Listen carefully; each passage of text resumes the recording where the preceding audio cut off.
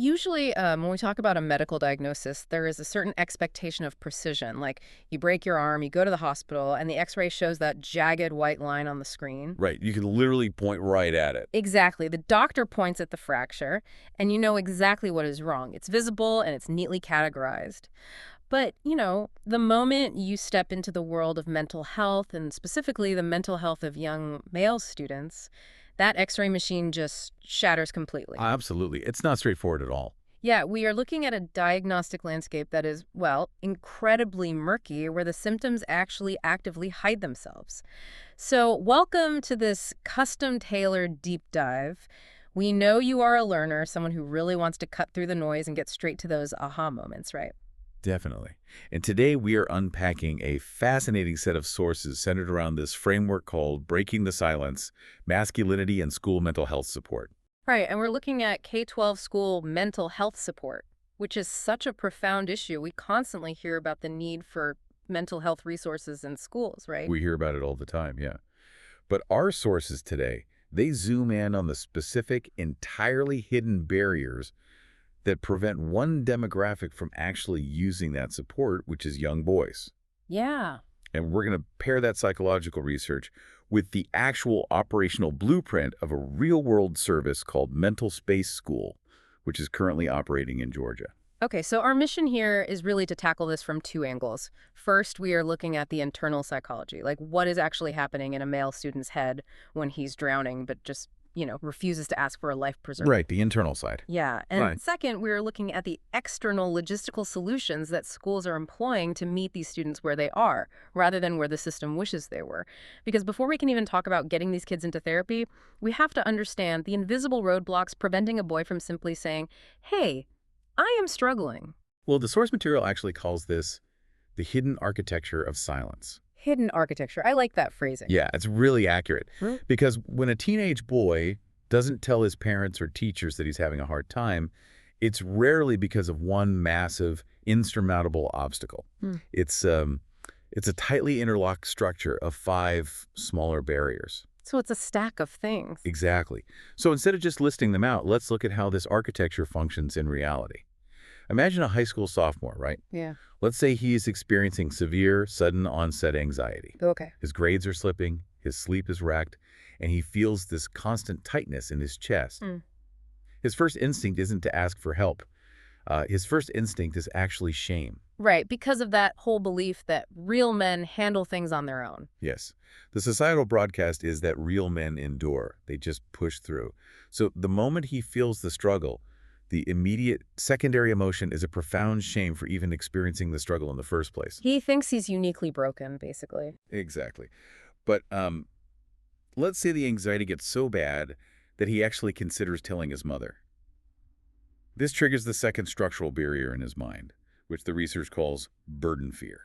Okay, let's unpack this. Because burden fear really stood out in the sources for me. It isn't just a vague anxiety, right? It's a highly specific, kind of misguided sense of chivalry. Right, chivalry is a good word for it. Yeah, this teenager looks around his house and he sees his mom working double shifts or his parents stressing over the grocery bill at the kitchen table. He absorbs that environmental stress and he makes a very conscious active choice to swallow his own pain because he refuses to become like a logistical or emotional burden to a family that he perceives is already at capacity. What's fascinating here is how logical that feels to the boy. Oh, totally. He is performing a cost-benefit analysis in his head. He decides his internal suffering is a better price to pay than destabilizing his mother. But let's push the scenario further. Let's say he considers telling his friends, or maybe a coach. This activates the next 2 barriers, which are image management and loss of status. Ah, the whole locker room dynamic. Exactly, the locker room dynamic. For a teenage boy, social hierarchy is, well, it's a survival mechanism. He believes that the moment he speaks his struggle out loud, it crosses the threshold into reality. Like saying it makes it real, untake-backable. Yes. As long as it is in his head, he can pretend he has control over it. If he tells his coach he's having panic attacks, he assumes the coach will never look at him the same way. Yeah. He assumes he'll lose his spot on the team, or his friends will treat him as fragile. Yeah. The idea of being perceived as weak isn't just uncomfortable for him. It registers as a genuine threat to his survival in his social ecosystem. Wait, so if I'm understanding this whole structure, It is less like these boys are just being stubborn and more like we've handed them a highly complex, completely broken machine. Okay, And we are expecting them to fix this machine publicly while everyone watches and judges their competence, which is the image management and status part. But we've also completely hidden the instruction manual. Because that brings us to the final barrier the research highlights, right? No vocabulary. that is an excellent way to conceptualize it. Mm. He genuinely does not have the words for what is happening inside his own mind and body. Right. Nobody sat down and helped him build a granular emotional vocabulary. So he might be spiraling into a deep depression, but the only words he has access to are, I'm pissed off or I'm tired. He literally cannot articulate the problem even if he bypassed the shame and the fear of being a burden. And that is the architecture. What's fascinating here is that these aren't just a set of excuses. It is a rigid, internalized structure that teaches boys exactly how to relate to their own internal world. Just ignore the feeling. Ignore it, push through the pain, and only come back to the group when the problem's entirely solved. Show us the results, never the messy process. Man, because this architecture is so heavily fortified, the rare, fleeting moment when a boy actually does decide to speak up has to be unbelievably fragile. Oh, incredibly fragile. Which completely shifts our focus, right? We move from the boy's internal world to the immediate external reaction of the adults around him. The sources are incredibly firm on this transition point, the critical moment of disclosure. It is the ultimate stress test of the architecture. The boy opens the door just a fraction of an inch. And the research highlights a striking takeaway for parents in this specific moment. Yeah, what is the first parenting job here? Your primary job is not to pry the rest of the words out of his mouth. The most critical parenting job is making absolutely sure that your immediate reaction does not confirm his underlying belief that he shouldn't have said anything in the first place. Everything builds from that initial reaction. Okay, here's where it gets really interesting and where I feel compelled to advocate for the parents listening. Yeah. Because put yourself in a mother or father's shoes for a second. Isn't it pure biological human nature to immediately panic when your child says they are in pain? Like, if my kid finally says, I feel like I'm drowning, my instinct is to throw 10 life preservers, call the school, call a doctor, and jump into total fix-it mode. Of course. By trying to help with all the love in the world, aren't parents just doing their job? Couldn't a parent accidentally trigger the boy's burden fear by doing that? This raises an important question. The parental instinct to rescue is entirely natural, but in this specific context, it is deeply counterproductive. Understanding the why behind the silence means adults have to deliberately modulate their own natural reactions. That sounds so hard to do. It is, but think back to the architecture. If a boy finally admits he is overwhelmed, and the parent bursts into tears or immediately starts frantically making phone calls to therapists, the boy's burden fear is instantly validated. Right. He sees the panic and thinks, I knew it, my mom's already stressed and I just broke her. I am never doing this again. Precisely. Or, if the parent rushes down to the high school the next morning and makes a huge public scene with the principal, the boy's fears about loss of status and image management are fully realized. Because now everyone knows. Right. His private struggle is now public fodder. The adults around him have to train themselves to react with a calm, almost dispassionate validation. They have to prove in real time that the architecture of silence is built on a false premise. They have to show that speaking up doesn't blow up the family. Exactly. They must demonstrate that speaking up does not result in the family destabilizing or his social life ending. Swallowing the panic. That is incredibly difficult to do in the moment, but the mechanics of it make total sense. Now, if this intense, face-to-face, overly eager approach fails boys so spectacularly at home with the people who love them most, It's going to fail at school, too. exponentially worse at school. Which brings us to the logistics of school districts and why the sources argue they must completely restructure their mental health referral funnels, because the traditional setup is just flawed for this demographic. The traditional K-12 referral funnel is a prime example of a system built for a completely different psychological profile. Consider the standard model, right? Yeah, walk me through it. A student is flagged as struggling. They are given a hall pass. They have to walk down a crowded hallway under fluorescent lights to a designated counselor's office. Everyone's seeing them do it. Right, and then they sit in a chair face-to-face with an adult sitting across a desk and are expected to clearly articulate their emotional state. Which requires the emotional vocabulary we already established they don't possess. And the public walk down the hallway to the therapy room actively threatens their status and image management. It's the worst-case scenario. The system seems perfectly engineered to trigger every single defensive wall a boy has. The friction is just too high. And the data strongly supports that conclusion. Boy-coded students simply do not disclose well in traditional designated counselor offices. The confrontational intimacy of sitting across a desk staring into an adult's eyes is too intense. So who are they talking to? If the counselor's office is a dead end, where does the disclosure happen? The sources indicate they disclose at significantly higher rates to adults who occupy peripheral spaces in their lives. So coaches, shop teachers, band directors, or academic advisors. Oh, that makes sense. And the spatial dynamic of how the communication happens is the key to everything here. These students require side-by-side conversations, not face-to-face ones. Side by side. You see this in everyday life all the time, actually. Two people driving in a car, looking at the windshield, or walking a track, or fixing a piece of machinery together. Yes, exactly. You aren't staring into each other's souls, you are just existing parallel to each other. If we connect this to the bigger picture, direct eye contact demands a level of vulnerability that their internal architecture outright prohibits. Eye contact can feel confrontational or overly intimate. Side-by-side lowers the stakes entirely.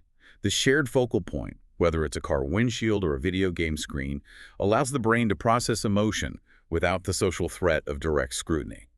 The words can just slip out into the shared space. Okay, so what does this all mean for a massive bureaucracy like a school district? Because it's one thing for a single teacher to understand the psychology of a side-by-side conversation, but how does an entire school system apply this? That's the real challenge. And this is where our sources shift to the operational blueprint of MentalSpace School in Georgia, right? To overcome this paralyzing friction that stops boys from seeking help, MentalSpace essentially engineered a system to bypass the gauntlet of the traditional counselor's office. They really did, because friction is the absolute enemy of intervention here. If a struggling boy manages to bypass his shame and mutters to his baseball coach side by side that he is having a hard time, the next step must be immediate and seamless. It has to happen right then. Right. If the coach says, okay, let's schedule an appointment with the school psychologist for next Tuesday at 2 p.m., the intervention is already dead. The boy has 4 days to rebuild his walls, reestablish his image management, and convince himself he is fine. The window just closes, so how does MentalSpace keep that window open? By offering immediate, low-friction entry points. Specifically, they utilize same-day teletherapy. The student doesn't have to wait a week, and more importantly, they can do it from the privacy of their own home. Oh, wow. So they don't go to an office at all. No, they don't have to suffer the public indignity of walking into the school's therapy office where their peers might see them. Teletherapy fundamentally functions as a side-by-side intervention because it removes the physical spatial pressure of a shared room. And looking at the hard data from the MentalSpace K-12 support model, it systematically dismantles the other pillars we talked about too, particularly burden fear. Yes, the financial burden. Like, how often does a teenager secretly worry about bankrupting his parents with medical bills? MentalSpace neutralizes that financial friction by accepting a massive range of insurance. A huge range, yeah. And they don't just take the premium private plans. They specifically accept state-funded options like Medicaid, which means a $0 cost, but also BCBS, Cigna, Aetna, UHC, Humana, Peach State, CareSource, and AmeriGroup. The teenager doesn't have to agonize over whether a therapy session means his mom can't pay the electric bill. By completely erasing the financial friction, they allow the student to seek help without feeling like a drain on family resources.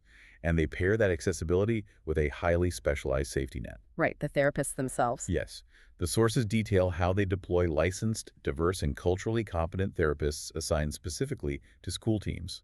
They handle crisis intervention, suicide and violence prevention, and even wraparound family counseling. It is a brilliant way to solve the psychological problem for the student. But let's look at the administration side for a second. Schools are incredibly heavily regulated environments. Superintendents and principals are constantly terrified of liability. Which is the other major friction point, this time for the institutions themselves. MentalSpace School actually takes on the complex regulatory burden. If we connect this to the bigger picture, they're managing the privacy stuff. Exactly. They manage the stringent medical privacy laws, commonly known as SIPA, ensuring all health records are legally protected. They also navigate the educational data privacy laws, known as FERPA. So the school doesn't have to stress about it. Right. This means the school district doesn't have to worry about accidentally violating federal law when a student gets therapy. Furthermore, the sources point out they are specifically helping Georgia schools meet upcoming state-mandated mental health deadlines. Oh, like the HB 268 compliance deadline. Yes, the HB 268 compliance required by July 2026. They help schools hit that target. So they basically act as a buffer. They handle the complex privacy laws for medical records and student data, and they keep the schools compliant with state legislation so the school administrators can just focus on education. It removes the friction for everyone. It removes it for the kids, and it removes the administrative friction for the adults running the building. And, I mean, we have the data on whether this actually works, right? We do. The outcomes reported in the operational blueprint are substantial. By respecting the hidden architecture and providing low-friction, immediate access, MentalSpace reports an 89% rate of improved attendance among participating students. Almost 90%. Yeah. That is wild. That tells us that a massive chunk of absenteeism isn't about kids just skipping class to have fun. It is kids avoiding school because they are buckling under internal struggles. Absolutely. When you give them a safe, invisible way to process that struggle, they actually show up to class again. And alongside that attendance metric, they report a 92% reduction in anxiety. 92%. Wow. It is a critical data point. It proves that the severe anxiety wasn't an inherent, unfixable personality trait. The anxiety was merely a symptom of not having a safe avenue for expression. Once the friction was removed, the anxiety plummeted, and crucially, they note an 85% family satisfaction rate. The parents aren't feeling burdened or pushed out. They're feeling empowered because they finally have a system that understands how their child's brain actually operates. Right. It is wild to think about how simply changing the angle of approach, like shifting from a confrontational face-to-face meeting under fluorescent lights to a low-friction teletherapy option from a kid's bedroom, can yield a 92% drop in anxiety. It illuminates a fundamental truth about mental health care that extends far beyond K-12 education. The efficacy of the treatment is entirely dependent on the accessibility of the entry point. You can have the most advanced, brilliant therapeutic methods in the world, but if the process of getting into the room triggers the patient's deepest insecurities, the treatment will never happen. So for you listening, let's bring all of these threads together. You joined this deep dive to cut through the noise and find the core insights. Here is the massive takeaway for anyone trying to support young men. Whether you are a parent, a teacher, a mentor, or just an observant human being. Yeah, what's the bottom line here? The strategy is not to force eye contact. It is not to demand that a boy sit down across from you and open up on your schedule. It is about deeply understanding that he is operating inside a rigid, hidden architecture of shame, a fear of being a burden, and a desperate need to protect his social status. Exactly. To help him, you have to create side-by-side, low-friction environments where he feels safe enough to bypass his own walls. You have to remove the financial stress, remove the social stigma of being seen asking for help, and gently provide the vocabulary he is missing. Build a system that works the way he does. Right, much like the MentalSpace model is doing in Georgia. As we wrap up today, I want to leave you with a final thought to mull over. Our sources today were hyper-focused on K-12 schools, specifically looking at teenage boys. But what happens to the boys who never got this low-friction, side-by-side intervention? Oh, man. What happens when that diagnostic X-ray machine stays broken for decades? Take a moment to look at the adult men in your life. Look at your workplaces, your marriages, or your friend groups. Think about the isolation you might observe. Yeah, or the burnout. Think about the burnout. Think about the notorious, well-documented reluctance of adult men to go to the doctor or seek medical help for physical or mental issues. How much of that adult male isolation or burnout is just this exact same hidden architecture? The shame, the burden, fear, the image management functioning flawlessly 30 years later? Just decades of it. Right. They are still quietly waiting for a side-by-side conversation that never comes. That is a staggering thought. It really is the exact same broken machine, just 30 years older, still entirely missing the instruction manual. Well, thank you for taking this deep dive with us. Keep questioning the obvious, keep looking for the hidden architecture in the people around you, and we will catch you on the next one.